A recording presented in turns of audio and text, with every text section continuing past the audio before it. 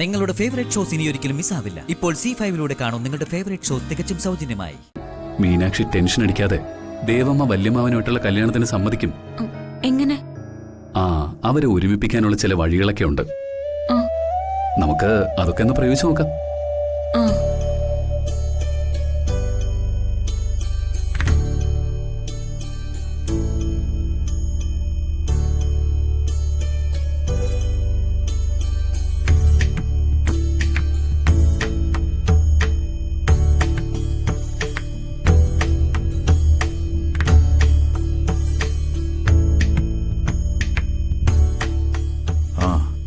ദേവിക്ക് ഈ mural painting മാത്രമല്ല, നന്നായിട്ട് വരയ്ക്കാനും അറിയാം. ആ പ്രതിഭ നശിപ്പിക്കരുത്. ഇനി അതും കൂടി ഒക്കെ ചെയ്യണം.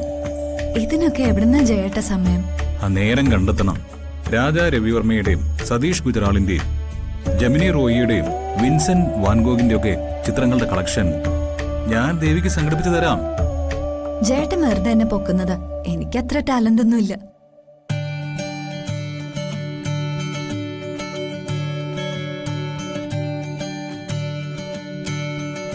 ഒരു കെട്ടി പിരിഞ്ഞതാണെങ്കിലും രണ്ടെണ്ണവും മനസ്സുകൊണ്ട് അകന്നിട്ടില്ല.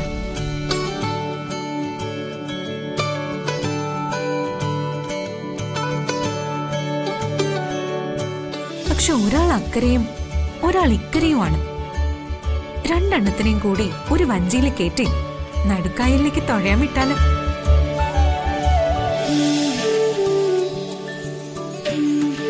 ആൺകിളി റൊമാൻറ്റിക്കാ, പക്ഷെ പെൺകിളി ആശ്രമ ലൈന. എന്ത് ചെയ്യും?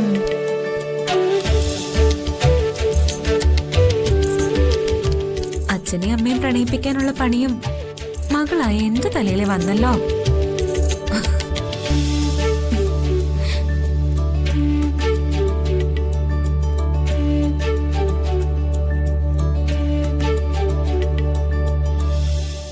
അതൊക്കെ ഈസി ആയിട്ട് ചെയ്യാവുന്നേ ഉള്ളൂ. ഞാനൊരാൾ ഒറ്റയ്ക്ക് എന്ത് ചെയ്യാനാ? ആകെ കുഴഞ്ഞു പോയല്ലോ. എന്താ മോളെ? അത് നിങ്ങളോട് പറഞ്ഞിട്ട് എന്ത് ചെയ്യാനാ? വെറുതെ നടപ്പില്ലാത്ത കാര്യം. കാര്യം എന്താന്ന് വെച്ചാ പറയ. വൈകമോൾക്ക് അത്യാവശ്യമായിട്ട് കുറച്ച് സാധനങ്ങൾ വാങ്ങിക്കാനുണ്ട്. എന്റെ ഭർത്താവായ നിങ്ങളുടെ പുത്രന്റെ തിരക്കോട് തിരക്ക്. ഞാൻ കുറിപ്പ് തരാം. അമ്മയും അച്ഛനും കൂടി ഒന്ന് പോയി അത് വാങ്ങിക്കൊണ്ട് വരാവോ? അല്ല, നിനക്കത് പോയി വാങ്ങിച്ചൂടെ? അപ്പൊ കൊച്ചിന്റെ കാര്യം ആര് നോക്കും? അത് ഞാൻ നോക്കിക്കോളാം.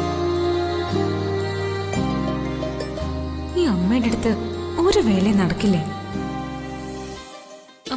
ഞാൻ പോവാൻ കാർത്തിയായിട്ട് സമ്മതിക്കില്ല. അമ്മ അച്ഛനും കൂടെ ഒന്ന് പോയിട്ട് വാ. അമ്മേ, ഇത് എന്റെ കുഞ്ഞിന്റെ കാര്യല്ലേ? നിങ്ങളുടെ കുഞ്ഞിന്റെ കാര്യമായിരുന്നെങ്കിൽ നിങ്ങൾ പോവായിരുന്നില്ലേ? ഞങ്ങളുടെ കുഞ്ഞല്ലേ നീ. ഓ, അത് ഞാനങ്ങ് മറന്നുപോയി. പോവോ അമ്മേ? നീ എന്തോ ഒരു ഭാഷ പറയല്ലോ. എന്തായിരുന്നത്? ലഡായിപ്പോ? ലഡായിപ്പല്ല, ഉഡായിപ്പ്. അതല്ലല്ലോ. ഒരിക്കലും അല്ല. എന്താ കുറിപ്പ്? നമുക്ക് പോവാൻ ചേട്ടാ. പിന്നെന്താ, എനിക്ക് 100% സമ്മതം.